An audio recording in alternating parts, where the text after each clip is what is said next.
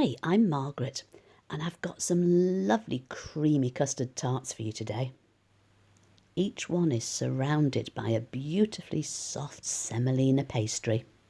So let's take a look at the ingredients.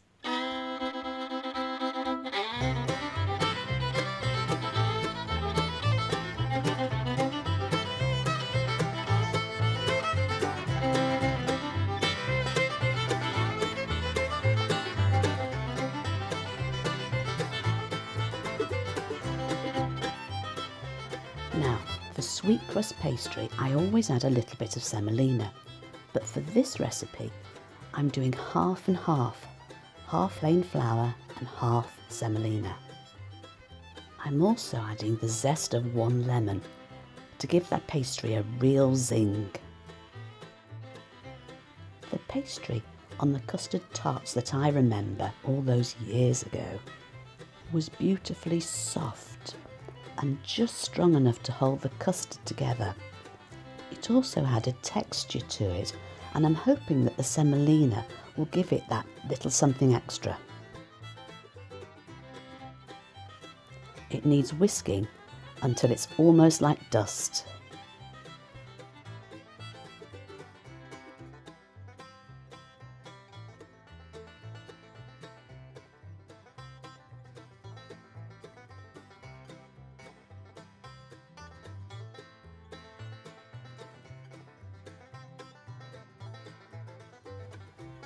Now, eggs, as you know, vary in size, so if the egg isn't quite big enough to bring the pastry together, you can always add a little bit of milk.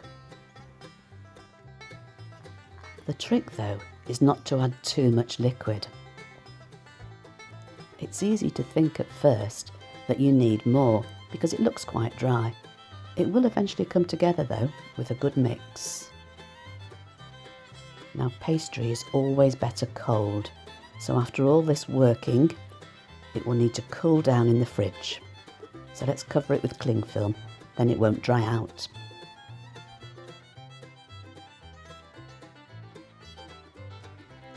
About an hour should do it, or even overnight if you like. It's ready to roll now, so let's get the cake cases ready.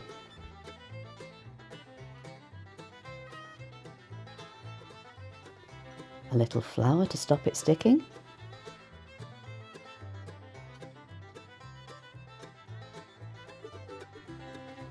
And don't forget to flour the rolling pin as well.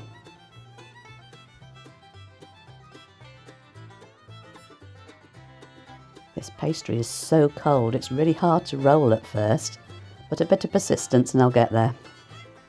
It needs to be around 3 millimeters thick.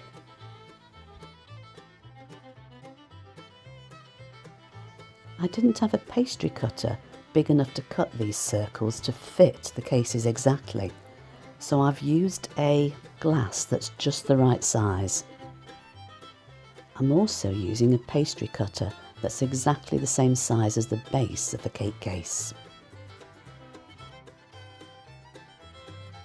So first, to cut the large circles, I have to be so careful with this glass because, as you can see, it's got such a dainty, delicate stem to it.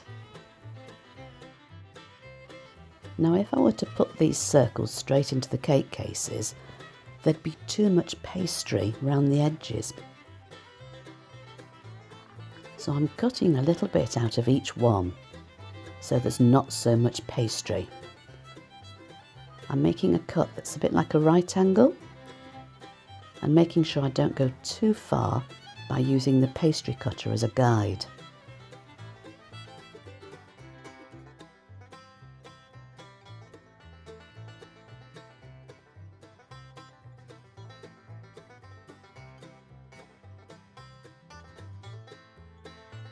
Now let's pop the pastry in. Now, there's something about these I really need to be careful of. They need to be well sealed. The pastry does squidge together quite well, but if there are any gaps at all, the custard will just leak out. It's lucky that this pastry can be squidged together really easily to fill in those gaps.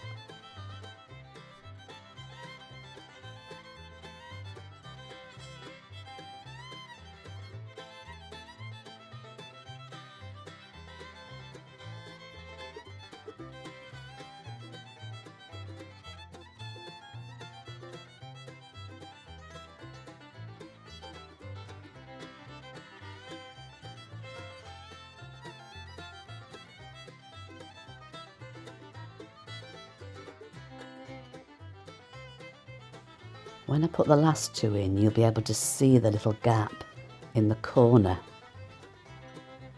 I'm going to make sure there's an extra bit of pastry on top of that to seal it. These extra little pieces won't be seen, of course, because they'll be inside the tart, covered in custard.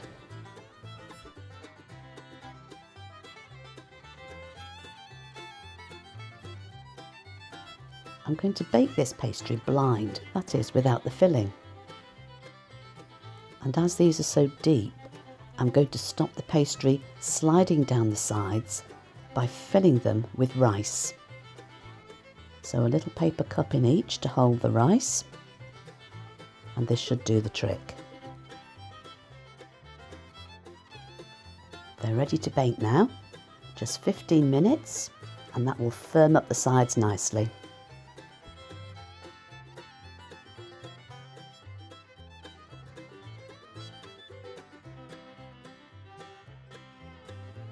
Let's take those little pots of rice out straight away. Then the pastry can cool more easily. And while it's cooling off, let's make the custard.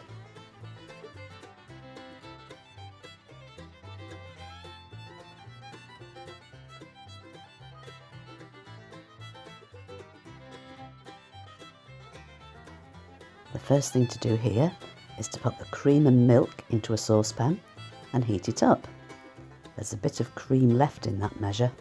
Let's get it out with the milk. There we go.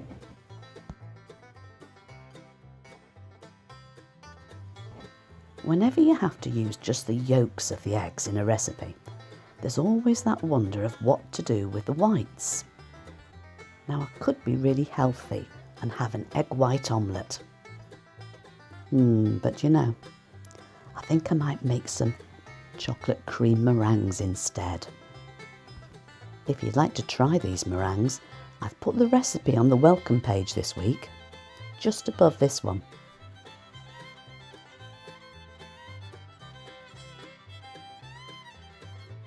Now this egg just didn't want to come out, did it? Oh, got it. In with the sugar, and then let's go and see what that cream's doing.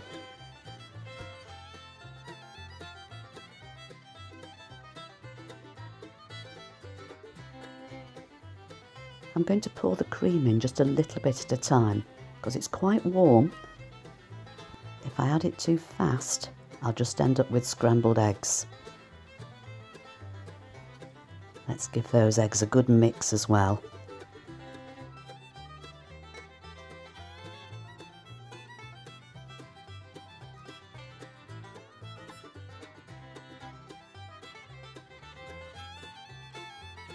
It takes a little time to do and a little patience, but it'll be well worth it in the end.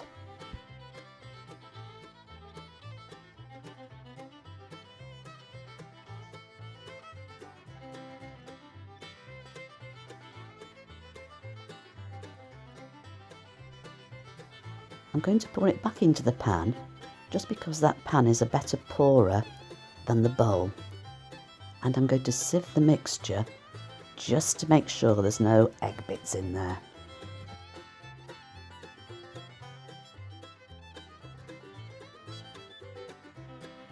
As this muffin tray is made of silicone, I popped it onto a metal tray just to make it more stable. And I'm pouring in as much of the custard as I can in each tart.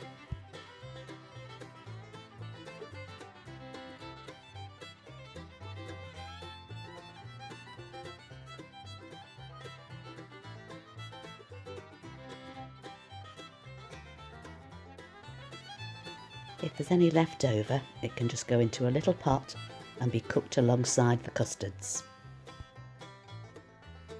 Now, just to finish them off, and to make these quite authentic and true to the original, I'm going to pop on a little bit of nutmeg.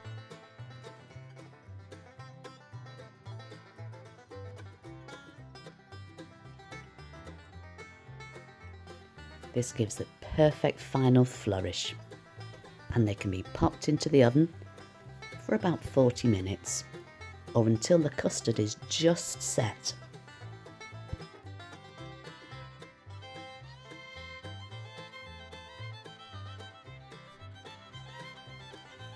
Now they're cooked, it's so tempting to dive straight in, but these little beauties are best served at room temperature, so give them a little while to cool. If you enjoyed this make and bake today, why not give it a like and share it with a friend? I hope you all have a terrific week, and I'll catch you again very soon.